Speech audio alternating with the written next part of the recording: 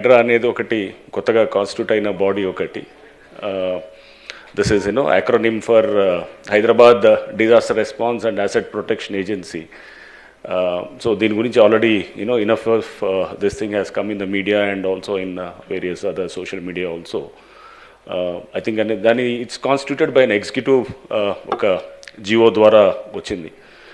This is GOMS number 99 అని చెప్పేసి 2024 July 19th రోజున this was GO was issued.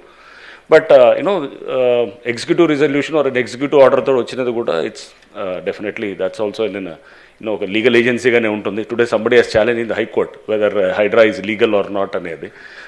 So it's a legal entity definitely because lot of bodies were floated through executive resolution. Like for instance, Planning Commission, 1950 March lo that was constituted through an executive resolution.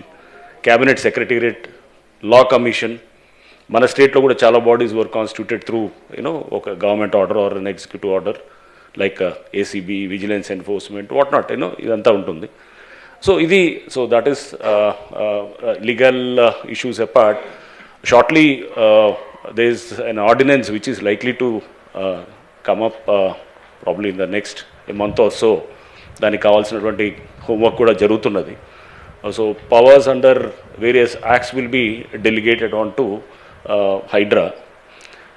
ఆర్డినెన్స్కి అంటే దానికి first కొంత it is preceded by some ఇప్పుడు WALTA కిందో లేకపోతే ఒక municipal act కిందో లేకపోతే GHMC act కిందో ఇట్లా irrigation act కిందో ఇట్లా రకరకాల యాక్ట్స్ కింద ఆ పవర్స్ని డెలిగేట్ చేయడానికి ఆ డిపార్ట్మెంట్స్ నుంచి lot of information is being taken and తర్వాత ఒక పాలసీ డాక్యుమెంట్ కింద once it gets approved in the cabinet then an ordinance will be formulated. Ordinance తర్వాత న్యాచురలీ నెక్స్ట్ అంటే అసెంబ్లీ సెషన్లో within 6 weeks it has to be passed as a legislation. So that's how the general ఇది ఉంటుంది కాబట్టి. But this apart, I mean, see, we are mainly into two main issues. One is the disaster management or the disaster response, whatever you call, and the other one is the asset protection. So disaster management per se has, మనం జనరల్గా మీ అందరికీ తెలుసు ఈ చిన్న వర్షానికి కూడా మన హైదరాబాద్లో total you get lot of flooding and roads are totally heavily waterlogged. And you have many, almost in Hyderabad city only, and Hyderabad commissioner, I know more than 141 waterlogging points, serious waterlogging points.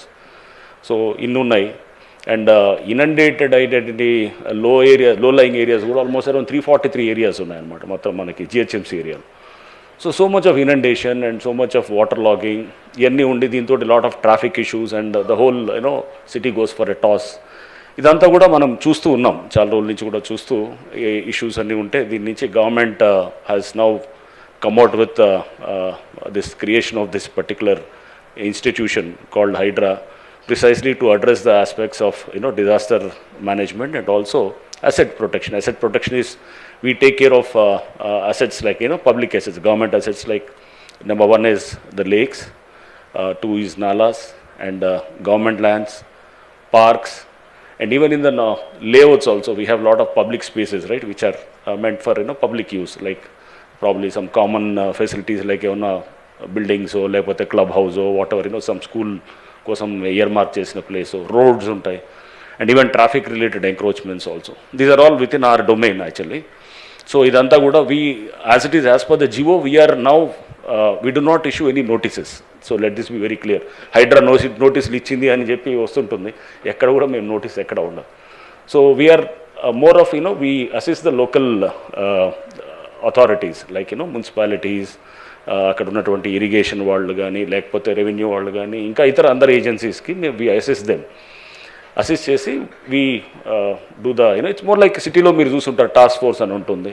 So task force ఎలా అయితే పనిచేస్తారో it's almost like a task force only, right? So task force assists the local police, right, in say nabbing some say drug offenders or whatever, some rowdy elements or whatever. Idantha kuda task force anedi it's a striking force laga untundi.